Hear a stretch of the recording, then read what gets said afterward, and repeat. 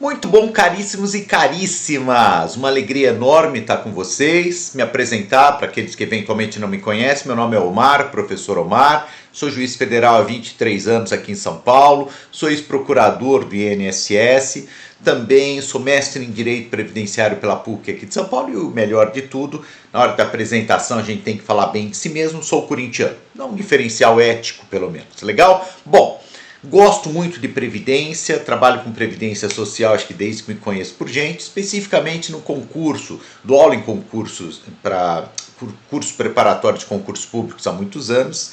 Na verdade comecei em 99, você vê que há 24 anos, então faz bastante tempo mesmo. Peguei os concursos do INSS, peguei 2008, peguei 2011, 2016, 2022, né? E agora o próximo também, se Deus quiser, estaremos aí. Tá bom? Bom, eu vou tratar com vocês, eu escolhi esse nosso encontro para a gente trabalhar um pouco o quê? Questões do concurso, não do último. Porque vamos falar claro, gente, quer dizer, claro que é interessante o último, porque de alguma forma a gente sempre aprende. Mas obviamente que tem mais chance de cair o penúltimo.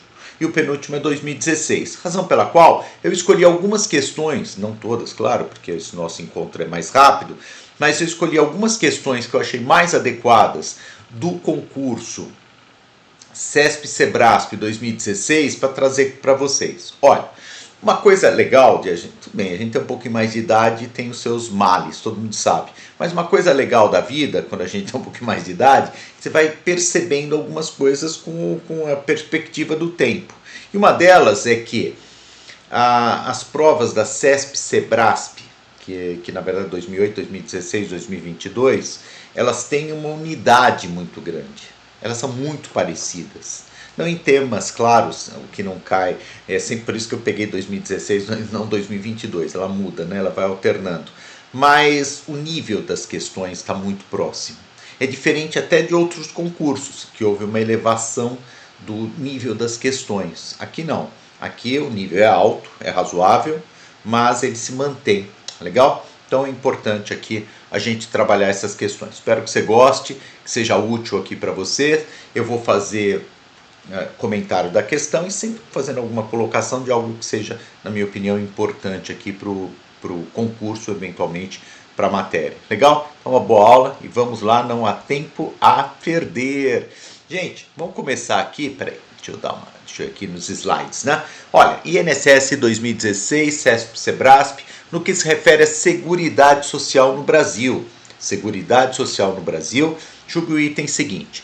A Seguridade Social é organizada mediante gestão quadripartite, com participação dos trabalhadores, dos empregadores, dos aposentados e do governo nos órgãos colegiados. O que você acha? Será que está certo ou está errado? Pense que eu já te respondo. A resposta é certa, nos termos do artigo 94, inciso 7º da Constituição Federal. E aqui eu vou ler o dispositivo para você fixar bem e daí a gente volta a conversar.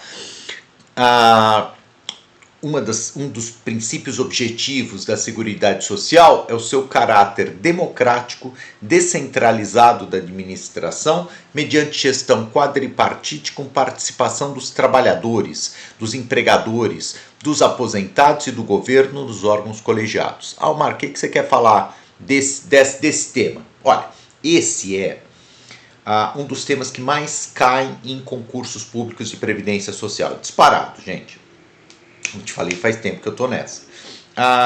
O que mais cai de previdenciário? Eu sempre falo, mas algum colega eventualmente está me vendo pela primeira vez. O que mais cai é o artigo 194, que acabamos de verificar, né? Então, artigo 194 da Constituição. No âmbito constitucional, quais 3 artigos que mais caem? O 94, o 201 e o artigo 195. Esse artigo você tem que saber no âmbito constitucional para qualquer concurso que caia o direito previdenciário. Inclusive, claro, o do técnico e analista do INSS. Isso é básico. Legal? Bom, especificamente no artigo 94, o que mais cai? O que mais cai é o conceito de seguridade social, que está no CAPT. CAPT é o iniciozinho, né, do artigo 94, que é o conceito, né, que basicamente é um amplo sistema de proteção social responsável pela coordenação de 3 subsistemas: Previdência Social, Assistência Social e Saúde, beleza? Então isso aqui é o que mais cai. Depois temos os princípios objetivos. O que mais cai é esse daqui. É a ideia de uma administração democrática, descentralizada e quadripartite. Como que cai? Normalmente eles caem falando de tripartite. E não é tripartite, é quadripartite. Legal? Nem foi a forma como caiu, mas normalmente ela é errada, aliás. Por que tripartite? Porque antigamente era tripartite. Outro aspecto, para a gente mudar de questão. Então, primeiro aspecto é isso, o que mais cai. Segundo aspecto, cai muito a proposição de forma errada. Fala que é tripartite como era antes de 1998, bem antigamente. Mas eles mantêm. Impressionante a quantidade de questões que tem nesse sentido. Proposição errada.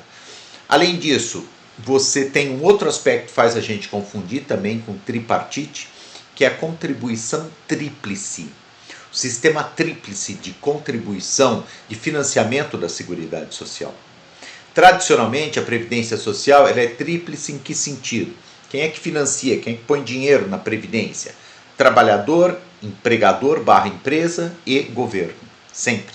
Então, custeio tríplice, mas a concepção de gestão é quadripartite, 4. Legal? Tenho certeza que você não vai esquecer disso. Vamos seguir, caríssimos. Vamos lá. O que mais? Então, essa primeira questão estava correta. Vamos para a segunda. No que se refere à Seguridade Social no Brasil? Julgue o item seguinte. Todas essas questões retiradas da prova de 2016, INSS. A história, né? Direito previdenciário é o único ramo do direito que nos concursos cai história. É impressionante, mas sempre cai. A Lei Eloy Chaves, que criou em cada uma das empresas de estradas de ferro existentes no país uma caixa de aposentadoria e pensões para os respectivos empregados, foi o primeiro ato normativo a tratar de Seguridade Social no Brasil. Gente, tá errado. Está totalmente errada. Vou citar alguns exemplos de normas que já existiam antes de 1923, 100 anos antes, ou quase 100 anos antes. Em 1824, na Constituição do Império, já se falava em socorros públicos. Ô Mar, o que quer dizer socorro público? Socorro público é ajudar as pessoas pobres. O que, atualizando, seria assistência social. Legal? Então, a primeira Constituição do Brasil já falava em assistência social, com nome de época, né? Socorros públicos. Que mais que a gente tem aqui? Vamos dar uma olhadinha. 1891, aposentadoria por invalidez para servidores públicos. 1891, Constituição da República, primeira Constituição. 1919, Lei de Acidentes do Trabalho. Então, vem cá, vou te dar uma dica. Primeiro, claro, a questão está errada. Já tinha normas, já existiam, normas, regras que tratavam de Seguridade Social, de proteção social, antes da Lei Eloy Chaves de 1923. Não há dúvida. Porém, não há dúvida também que 1923 é o marco, considerado por todos como um marco, ou seja, como a data relevante mais importante, como iniciadora da Previdência Social no Brasil. Tanto faz 100 anos, né? A gente está em 1923, são 100 anos de Previdência Social. Então, é um tema importante. A Lei Eloy Chaves sempre cai. Quando eu prestei meu concurso, acabei de falar que fui procurador de INSS, procurador quer dizer advogado, né? Prestei nos anos 90, me lembro. Que questão que caiu? Qual a primeira lei previdenciária do país? Lei Eloy Chaves. Então, não esqueça. As anteriores já se tratava do assunto, mas a primeira que tratou mesmo de Previdência Social foi a Lei Eloy Chaves, que criou o quê? Criou os CAPs, Caixas de Aposentadoria e Pensão, que eram praticamente mini INSS por empresa. É como se na empresa que você trabalhasse tivesse um mini INSS, todo mundo contribui, o empregador contribui, e se alguém fica doente, pega daquele caixa comum. Depois, a gente vai ter na época de Vargas os IAPs, que é Instituto de Aposentadoria e Pensão, que daí já não é por empresa, por categoria profissional, por sindicato. Posteriormente, vai ter o que? O INPS, que é um mini INSS para todos os trabalhadores urbanos. Temos atualmente INSS, que é todos os trabalhadores urbanos e rurais. E dizem, né, daqui a uns anos a gente vai ter tudo. inclusive os servidores públicos, porque está bem, muito parecido já, praticamente equiparado à previdência do servidor, que é os regimes próprios de previdência e regime geral. Legal? Tranquilo? Muito bem. Vamos seguir então, mais uma questãozinha. No que se refere à Seguridade Social no Brasil, julgue o item seguinte. Julgue o item seguinte, a Constituição Federal define Seguridade Social como um conjunto integrado. Olha aquilo que eu falo, né? Como cai esse artigo 194 da Constituição. Você está começando? Pega esses 3 artigos já da Constituição, vai lá no Google agora, 194, 201 e 195, nessa ordem, viu? De importância do que e de maior ou menor incidência.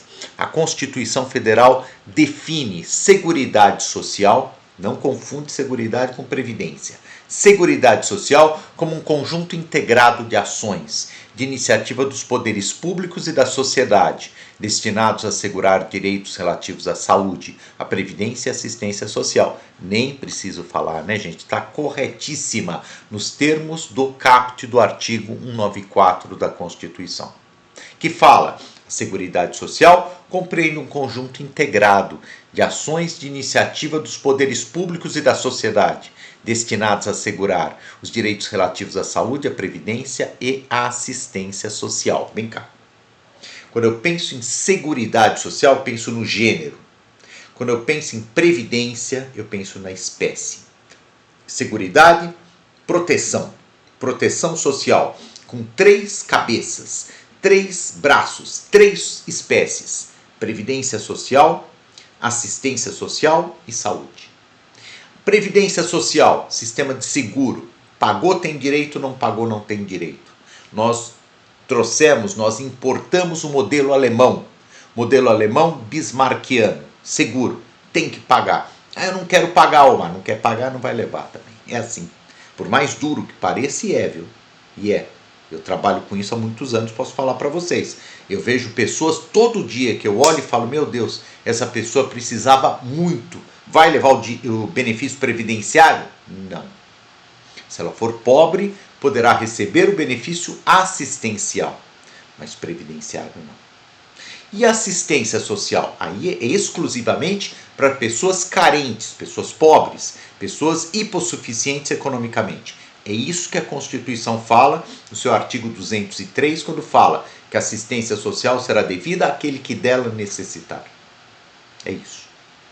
E por fim, a saúde. Saúde é diferente, saúde é para todos. Saúde não precisa pagar, é gratuita e é para todos. Não precisa ser pobre, rico, não importa. Todos têm direito. Direito de todos, dever do Estado. Tá bom? Perfeito? E o conjunto delas, Seguridade Social. Muito bem. Então aqui a gente vê o artigo 194, que é tão importante. Seguridade Social compreende um conjunto integrado de ações de iniciativa dos poderes públicos, tantos, né? INSS, que é uma autarquia federal, e da sociedade, também às vezes as igrejas, as ONGs, tantos, a previdência privada, vários entes privados que auxiliam também, destinados a assegurar os direitos relativos à saúde, previdência e assistência social. Beleza, a gente já vai caminhando. Quarta questão. E a quarta questão vai falar: no que se refere à Seguridade Social no Brasil, julgue o item seguinte. De acordo com o princípio da universalidade da Seguridade Social, os estrangeiros no Brasil poderão receber atendimento da Seguridade Social. O que você acha, gente? Será que está certo ou está errado? Está corretíssimo, gente. Corretíssimo. O estrangeiro pode, eu deixo aqui um exemplo, pode, por exemplo, ser segurado do regime geral de previdência social, pode ser atendido pelo Sistema Único de Saúde, pode ter direito ao BPC, se estiver regular no país, o BPC, que é o benefício de prestação continuada para o idoso ou para o deficiente, a gente chama popularmente de LOAS. Legal? Então, vem cá, vamos conversar. Estrangeiro, claro que tem direitos, óbvio. Você imagina, até o estrangeiro irregular, se ele estiver morrendo, você acha que o hospital público vai deixar de atendê-lo? Seria desumano, mais que desumano, seria crime, aliás, omissão de socorro. Não pode fazê-lo, aliás, óbvio.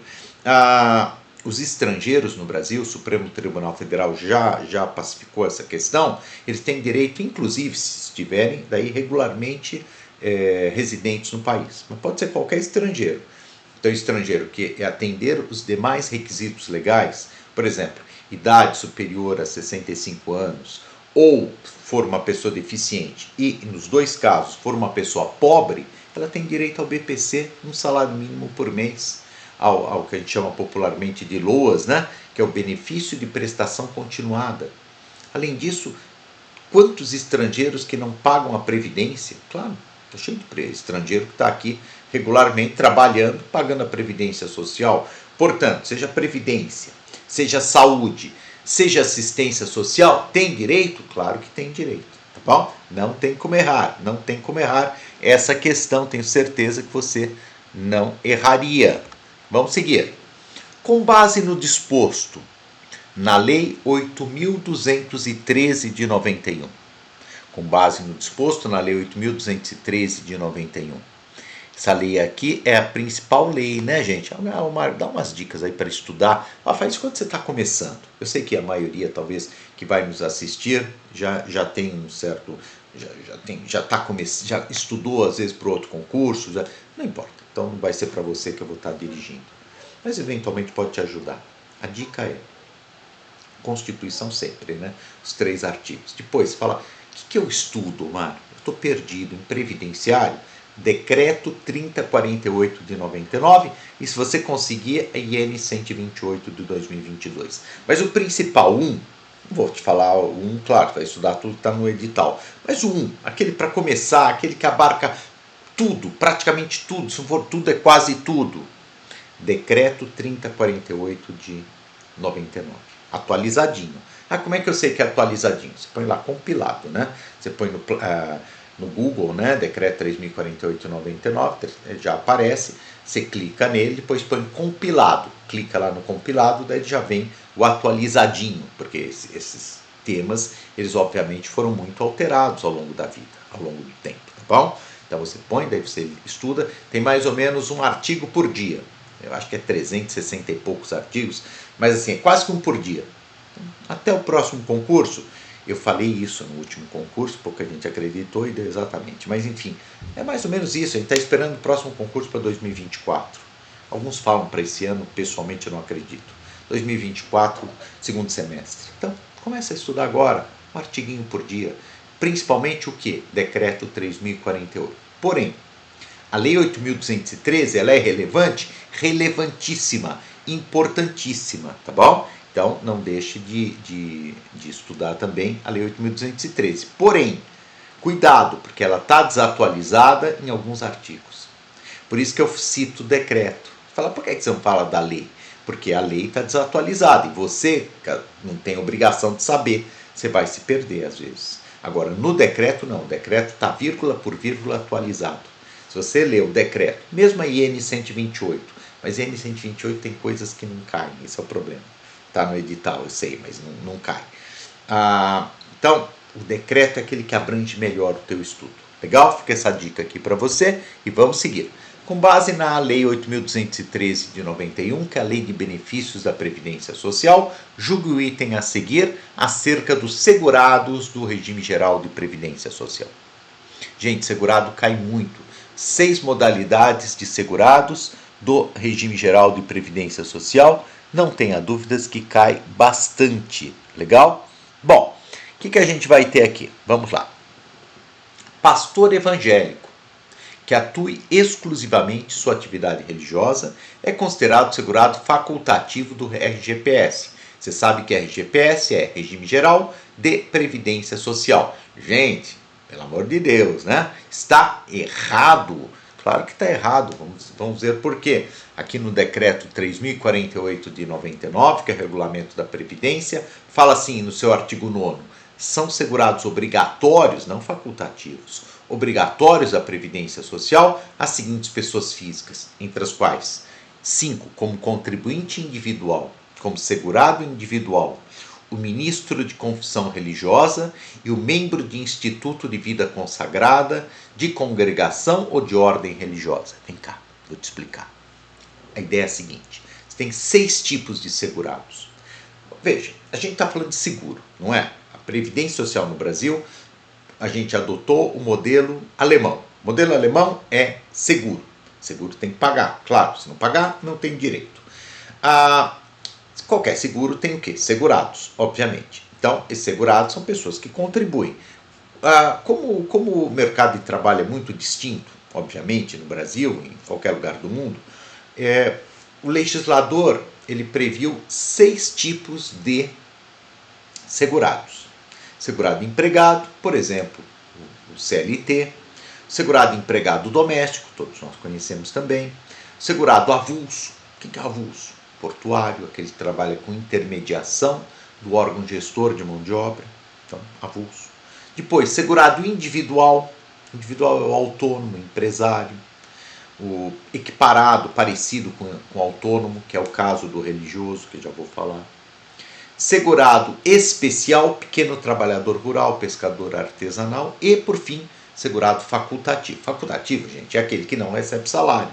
Dona de casa, estagiário, pode até ganhar algum dinheirinho, mas não é tecnicamente salário, remuneração. Legal?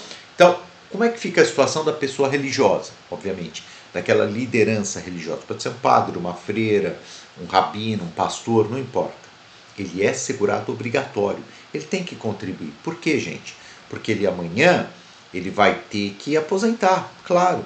E normalmente, veja, no âmbito da Igreja Católica, se foi pensado numa época que a Igreja Católica era 90% da religião do país. Hoje não é assim, mas naquela época sim.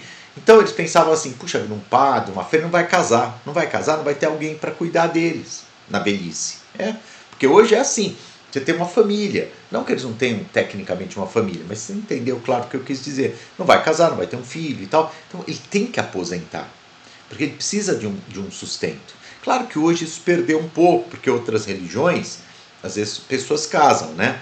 Mas é legal você entender nesse sentido. É como se pensou assim, puxa vida, será que essa liderança religiosa ela precisa de previdência? Às vezes é uma pessoa mais espiritualizada, está se dedicando a outros aspectos da vida, mas claro, ele é um ser humano também, e vai precisar, vai ficar velho, vai ficar doente, e não vai ter um filho. Eles pensavam, né? Porque na época eram os católicos, tá bom? Então você vai lembrar que religioso tem que contribuir sim. Então é segurado obrigatório, não é facultativo. E por essa razão é errada essa questão aqui. Está errada, pastor evangélico que atua exclusivamente em sua atividade religiosa é considerado segurado, como que seria o correto? Obrigatório como segurado individual. Essa é a ideia. Vamos continuar. Com base no disposto na Lei de Benefícios da Previdência Social 8.213, julgo o item a seguir acerca dos segurados do RGPS, Regime Geral de Previdência Social. É considerado segurado obrigatório do RGPS na qualidade de contribuinte individual, o associado eleito para o cargo de direção em cooperativa, associação ou entidade de qualquer natureza, mesmo que não receba remuneração. Não, está errado isso daqui. Aqui eu cito para vocês o dispositivo legal, Lei 8.213 de 91, artigo 11. São segurados obrigatórios da Previdência Social as seguintes pessoas físicas, como contribuinte individual, e aqui eu, claro que eu mesmo que negritei, o associado eleito para o cargo de direção em cooperativa, associação ou entidade de qualquer natureza ou finalidade, bem como síndico, outra situação, desde que recebam remuneração. Guarda isso daqui. Gente, vou dar uma dica para vocês. Quem não recebe remuneração não é segurado obrigatório. Por quê? Como é que funciona o sistema previdenciário? É assim, se você ganha algum tipo de remuneração ou salário, você é segurado obrigatório, caso contrário, não. É assim que você define o sistema. Vamos pensar o seguinte, vamos pensar umas situações aí para você entender melhor. Eu vendo chiboca na rua. Não sei se você sabe o que é chiboca. Chiboca é uma gíria que eu uso, que é para bebida alcoólica. Vamos dizer que eu bebo não. Eu até gosto de beber uma cervejinha. Vamos dizer que eu vendesse. Não tem as pessoas, não sei onde você mora, mas aqui em São Paulo tem os bloquinhos e tal. O pessoal fica lá vendendo uma cervejinha. Até muitas vezes, tudo regularizado, não estou nem falando nada errado. Né? Então, tá lá vendendo cervejinha. Eu vendo chiboca na rua. Eu vendo bebida alcoólica na rua. Legal. Eu sou segurado obrigatório? Óbvio.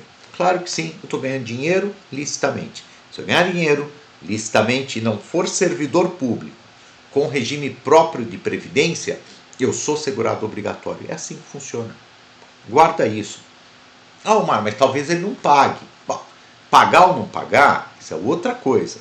É como você me falar, um trabalhador de comércio, vamos dizer de um boteco. Tem lá o boteco e a pessoa está atendendo, tem um atendente, aquele senhor que atende as pessoas, serve lá um lanche, serve um refrigerante, uma cachaça, o que for. Legal. Então, essa pessoa, esse trabalhador, muitas vezes não é registrado em carteira, mas tecnicamente ele é empregado. Tá bom? Para fins previdenciários é empregado. Pode ser que o INSS não saiba nem que ele existe, mas ele é empregado. Mesma coisa aqui. Tá bom? Não esquece. Aquela pessoa que vende milho na rua é segurado obrigatório? É, porque ele faz um trabalho lícito e ganha dinheiro. Mas por que você insiste nessa questão do lícito? Lícito eu quero dizer que é um trabalho que não é crime nem contravenção penal. Se eu sou uma pessoa que vende jogo do bicho, por mais que seja aceito socialmente, ainda é contravenção penal, tecnicamente eu não sou segurado da Previdência. Se eu ganho dinheiro assaltando banco, hoje em dia está difícil assaltar banco, né? Mas, sei lá, sendo traficante, então vendo drogas na rua, então é ilícito, do seu ponto de vista, que é um crime, evidentemente, razão pela qual mas ganha dinheiro, Omar, ganha dinheiro, mas não sou segurado obrigatório. Tá bom? Tá perfeito? Vamos seguir, caríssimos. Bom estar com vocês. Tenho certeza que passarão no próximo concurso. Eu tenho muita experiência. Isso é impressionante, né? Às vezes é que eu não estou vendo vocês aqui, mas tenho certeza que se você estudar com muita seriedade, você passa no concurso. Porque isso sim, eu estou há muitos anos nessa área e posso garantir. Só não passa quem desiste. Tem que ser sério, tem que fazer um projeto muito bem feitinho, tá bom? Mas, mas não tenho dinheiro para pagar cursinho. Cara, eu não fiz cursinho para passar para juiz federal. Não tô falando, acho ótimo ter cursinho. Tanto que eu dou aula aqui, acho uma maravilha se puder fazer. Aqui no quê? O que você quiser, mas ele é um facilitador. Mas se você não tiver nenhuma chance, se vira que você vai conseguir também, tá bom? Agora, você tem que ser sério. Daí você atinge. Se você não for sério no sentido não sisudo, né? A gente pode sorrir na vida, mas ter um projeto e levar adiante, tá bom? Se você tiver condições de pagar um cursinho, cara, paga. Não por nada, não é porque eu tô aqui, não. É simplesmente que é um facilitador. Mas se você não tiver nenhuma condição, puxa, mas estou numa pior, não sabe, não tem problema nenhum. Fica tranquilo que eu também já passei momentos terríveis na minha vida, do ponto de vista financeiro, não tem problema algum nisso. Daí, olha, a internet tem muita coisa, você vai sair atrás, vai ler esse decreto 3048, vai ler 30 vezes o decreto 3048 e vai atingir o seu objetivo também. Legal? Vamos seguir, caríssimos. Que mais? Bom, então a gente já viu essa questão, vamos para a sétima questão. Sétima questão. Com base no disposto na Lei 8.213 de 91, julgue o item a seguir acerca dos segurados do regime geral de previdência. Síndica de condomínio predial em que resida e que receba como prolabore. Prolabore é uma remuneração pelo seu trabalho, né? A quantia equivalente a um salário mínimo. Será considerado assegurado obrigatório do RGPS na qualidade de empregada? Não, na qualidade de segurada individual. Legal? Então vem cá, deixa eu explicar isso aqui para você. Bom, primeira dica que eu te dou, que é até meio óbvio, para quem já está em concurso, vai achar até meio chover no molhado, né? Mas eu acho que eu estou aqui, estou falando para pessoas também que estão começando. Normalmente, proposições, CESP, SEBRASP, mas outras também, o erro, quando há um erro na proposição, ela normalmente está no final. Isso é uma coisa que o pessoal manja já. Mas é bom que você saiba também, se você estiver começando. Não estou dizendo que é sempre assim, mas fica muito atento. Normalmente a última palavrinha, como é o caso. O resto estava certinho. Como assim, Omar? Vamos dar uma lida aqui, ó. Deixa eu te trazer aqui. síndica de condomínio predial, síndica de prédio, né? Em que reside e que recebe como prolabore a quantia de um salário mínimo. É segurado obrigatório? Até aqui está perfeito, do RGPS, está maravilhoso. Na qualidade D, está certinho. Segurado individual, não empregada, tá?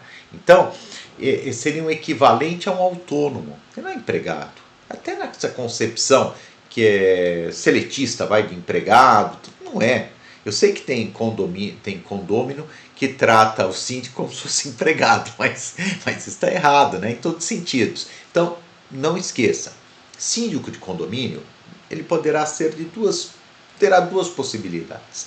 Primeira possibilidade, ele pode não receber nenhum tipo de remuneração, direta ou indireta. A gente chama indireta quando ele deixa de pagar a taxa condominial. Então, legal, ele é o quê? Bom, ele é uma pessoa que está fazendo o bem, etc., não está ganhando nenhum dinheiro. Quando você não recebe nenhuma remuneração, você é segurado facultativo. Ou seja, você só será segurado se quiser. Por outro lado, não, eu recebo direto ou indiretamente algum tipo de remuneração de contraprestação. E nesse caso, rapaz, nesse caso fica muito tranquilo que você é segurado sim. Tem que pagar? Tem. Não só você, o condomínio também, viu? Eu já julguei como juiz, né? Daí falando como juiz, condomínios que esqueceram, não sei se esqueceram, quiseram pagar, mas não pagaram. Olha que maluco, né? O pessoal, não sei se por falta de orientação, o que for, mas não pagava. Não, há contribuição do empregador, que é o condomínio, e há contribuição também do próprio síndico como segurado individual. Legal? Perfeito? Muito bem, sigamos. O que mais? Questão 8. Com base no disposto na Lei 8.213, julgue o item a seguir acerca dos segurados do RGPS.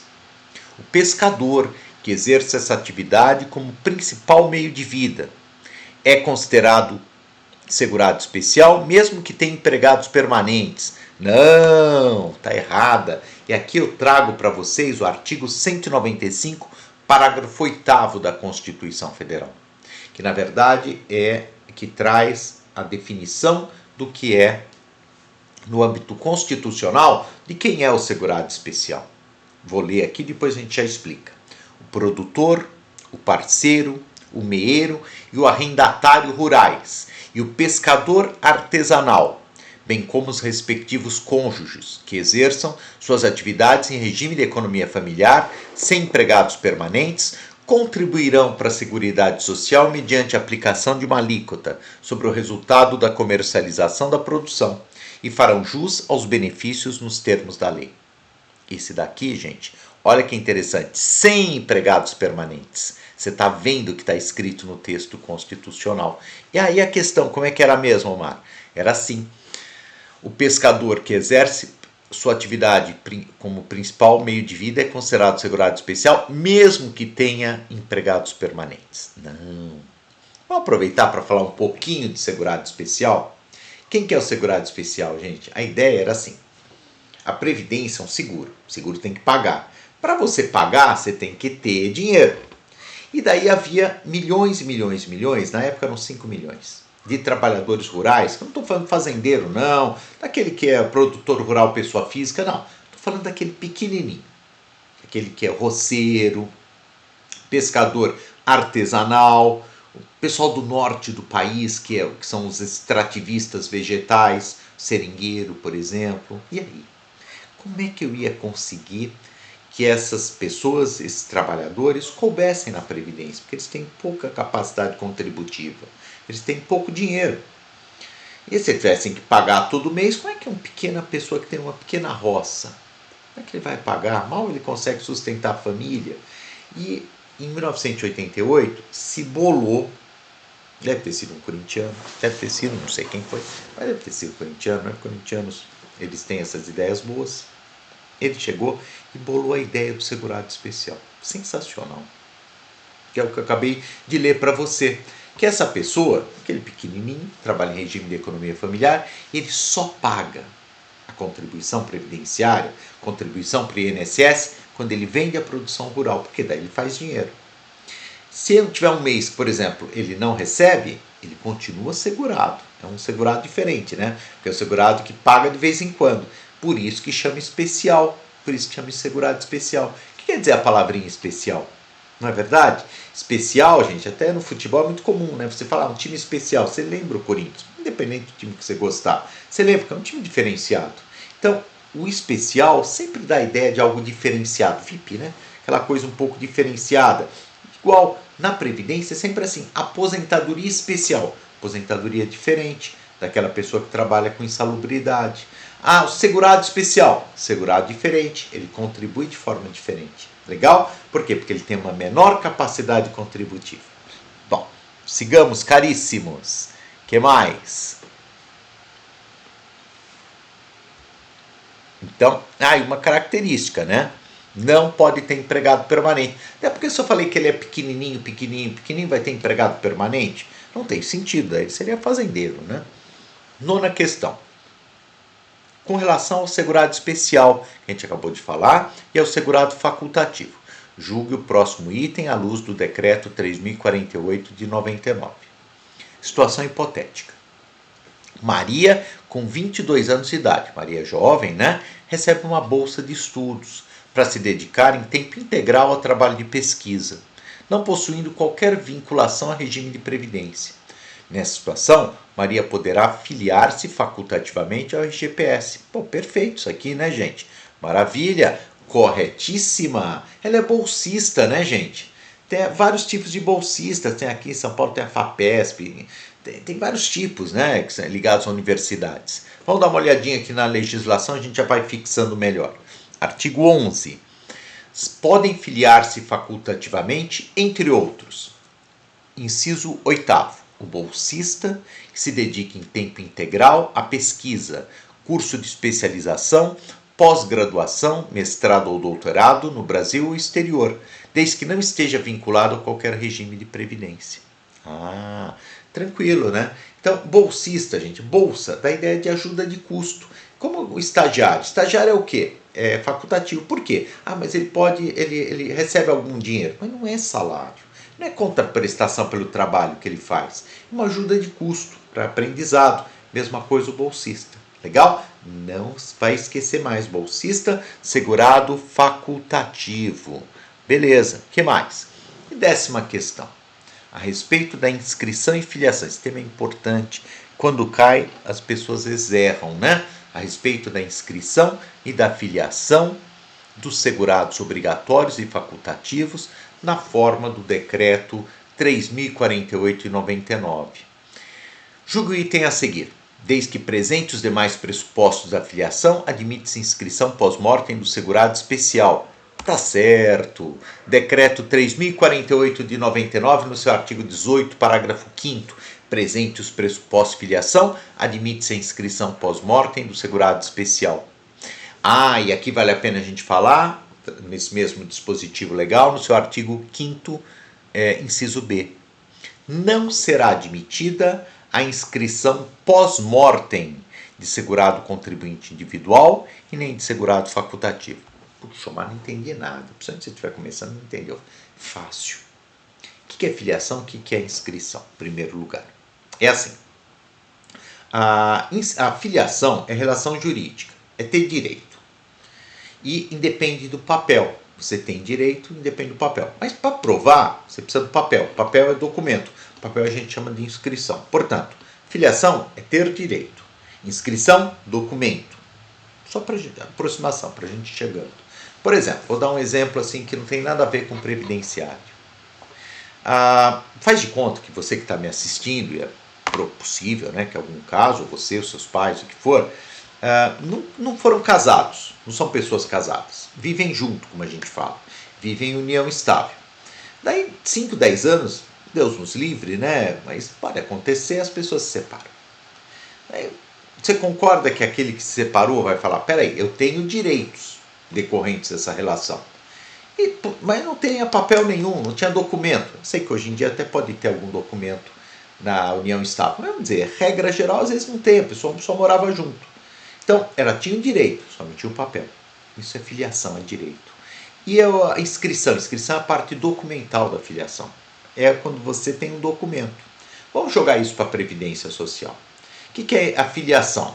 Eu comecei a trabalhar comecei a exercer uma atividade ilícita e ganhar dinheiro, eu estou filiado. Aqui que é ou seja, eu tenho uma relação com a Previdência, uma relação jurídica. O que é a inscrição? Eu vou provar essa relação por meio de um documento. Vou dar alguns exemplos. Carteira de trabalho e previdência social. Poxa, legal. Está lá constando que eu era empregado, isso prova que eu era filiado, segurado da Previdência. Dá um outro exemplo, Omar. Eu me inscrevi como MEI, microempreendedor individual, no portal do empreendedor. Bom, então eu tenho um documento falando, eu sou MEI, microempreendedor individual.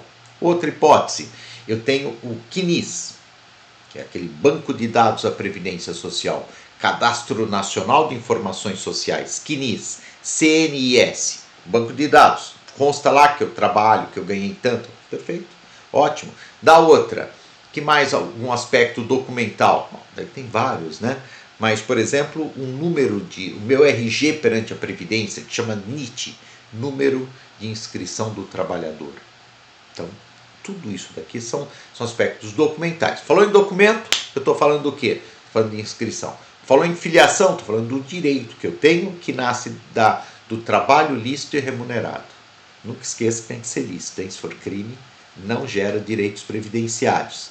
Agora, por outro lado, alguém podia falar, Omar, eu sou um profissional do sexo. Homem, mulher, garoto de programa.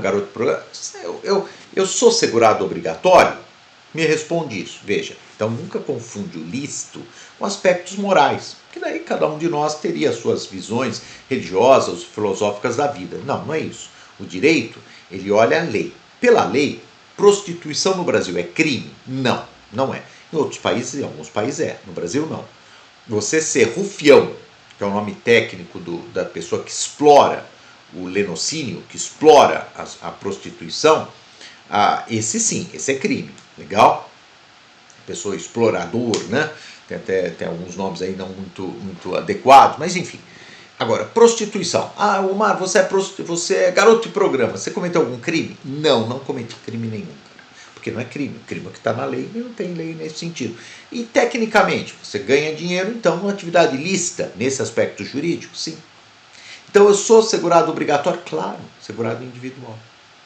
Seria, mas na prática não paga. Bom, gente, muito autônomo não paga. Daí, independente de ser garoto de programa, isso é outro problema da pessoa. Tá bom? Legal? Então a gente vai entendendo como funciona o sistema.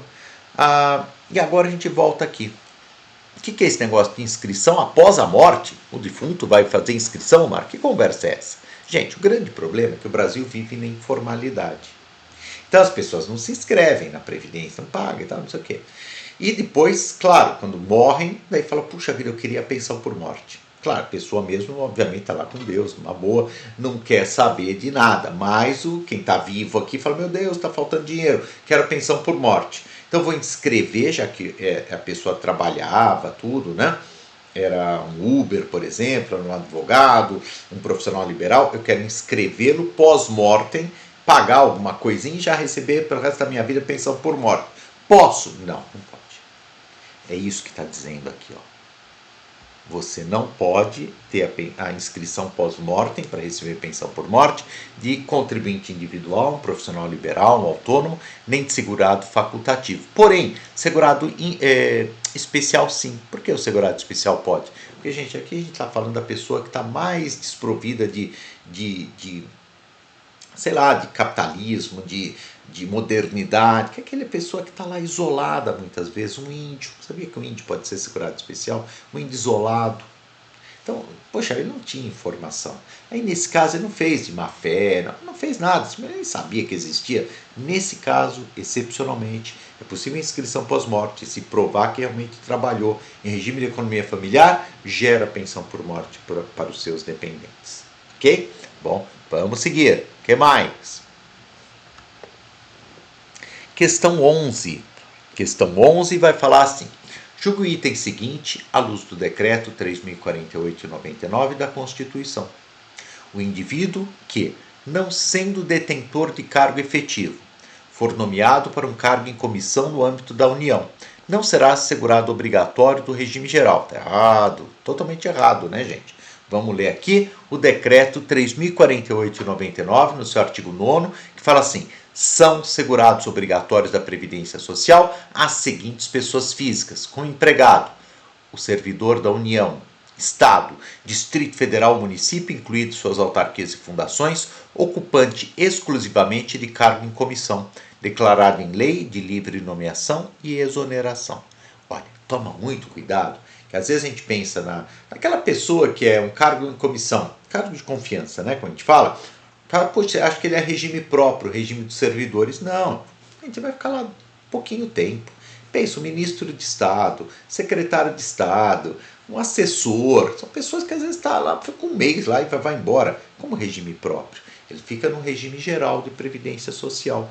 Então, os cargos de confiança sempre são regime geral de previdência social, salvo se a pessoa já for vinculada a regime próprio, mas daí ela já tem um regime. Caso contrário, regime geral de previdência social. Legal? Perfeito? Vamos seguir. O que mais? Questão 12, em relação ao financiamento da Seguridade Social. Financiamento da Seguridade Social, julga o item seguinte: além da contribuição proveniente de empregados e empregadores, são fontes de custeio de financiamento da Seguridade Social, de forma direta e indireta, os recursos oriundos dos orçamentos da União, dos Estados, do Distrito Federal e dos municípios. Corretíssima, né? Corretíssima. Gente, deixa eu falar um pouco para vocês. Como é que funciona? De onde sai o dinheiro da Seguridade Social? De onde sai o dinheiro para a saúde, para a previdência social e para a assistência social? Ele sai das contribuições sociais, por exemplo, contribuição previdenciária, PIS, COFINS, contribuição social sobre o lucro líquido, contribuição PIS/COFINS, importação, concurso de prognósticos, que são as loterias. Tudo isso aqui são as fontes diretas de financiamento. Mas tem também as fontes indiretas, que vem uma parcelinha, um pedacinho do orçamento fiscal de todos os entes federativos, da União, dos Estados, do Distrito Federal e dos municípios. Beleza? Legal? Então, sai dinheirinho também dos impostos, né, do orçamento fiscal. Por essa razão que essa questão está correta. Vamos dar uma lidinha aqui que ajuda a gente a fixar. Decreto 3.048 de 99, no seu artigo 194.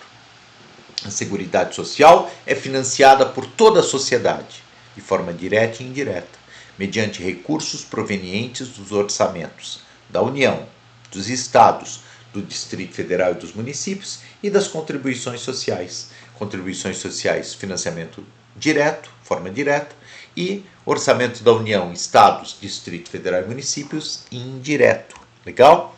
Vamos aqui já encerrando, gente. Quero fechar 50 minutos aqui para não ficar muito cansativo. Quero que vocês guardem informações. Vou fazer mais essa questão, que acho que pode ser interessante. Julgue o próximo item relativo às contribuições dos segurados empregados, segurados empregados domésticos e segurados facultativos. Legal. A alíquota de contribuição para o custeio da Seguridade Social dos segurados facultativos e dos segurados empregados é a mesma e varia segundo o salário de contribuição. Errado! Aqui eu trago para vocês. O empregado tem 4 alíquotas. Alíquota de 7,5%, por exemplo, para quem ganha o salário mínimo, 9%, 12% e para quem ganha teto ou acima do teto, 14%. Facultativo tem 3%, 20% é a regra geral, e para as possibilidades 11% e 5% para a dona de casa, na verdade não precisa ser mulher, né? Pessoa que exerce atividade doméstica, desde que ela tenha baixa renda, né? Não pode superar 2 salários mínimos, a renda familiar, daí nesse caso pode contribuir com 5%. Legal? Então não esquece, os segurados eles contribuem de formas diferentes. O segurado empregado, avulso, empregado doméstico, com essas 4 alíquotas que eu falei. Omar, empregado doméstico não ganha sempre um salário mínimo? Não. Você pode, a maioria, claro, são mal remunerados, todo mundo sabe disso, mas tem empregados domésticos, gente, pode ganhar um pouco mais. Então, sei lá, um motorista de uma família que tem um pouco mais de grana e tal, nesse caso pode ganhar um pouco mais, sei lá, 3 mil, 4 mil reais, podem entrar em outras alíquotas. Segurado avulso, segurado empregado, segurado empregado doméstico, 3 alíquotas, 7,5%, 12%, perdão, 9%, 12%, 14%. Segurado facultativo e segurado individual, daí já tem 3 alíquotas, 20%, 11%, 5%. Individual e facultativo. Beleza? Tranquilo? Aí o segurado especial, esse daí vai contribuir sempre com uma alíquota de 1,2%, mas sobre a comercialização da sua produção rural. Daí é diferente. Certo? Tranquilo? Beleza? Bom, então prefiro encerrar aqui, não ficar pesado, como eu falei, deu 50 minutos, um pouquinho mais de 50 minutos, deu aqui pra gente rever algumas questões, dar as dicas, e a dica principal desse nosso encontro qual é? Decreto 3048/99 para quem está começando. Para quem não está começando, decreto 3048/99 também, porque se você souber o decreto 3048/99, pelo menos o que diz respeito à previdência social, todo mundo sabe, 60%, 70% da prova, você garante mesmo. Muito mais, até se você pegar a lei que está desatualizada, ou o AIN 128 de 2022, que ela é muito abrangente, tem o dobro de artigos e trata de muitos temas que acabam não caindo. De alguma forma, você vai ter que saber tudo, mas começa com o decreto 3048, você vai chegar lá, tá bom? Legal? Deixo aqui o meu, se quiserem me acompanhar em redes sociais, vai ser um prazer. Eu tenho aqui a Prof. Elmar Chamon, dá uma olhadinha lá em redes sociais, eu posto algumas coisas ligadas aí a concurso, pode ser útil para você. Se tiver algum contato também, via curso, aí você tem como me achar. Um abraço, sucesso e até uma próxima.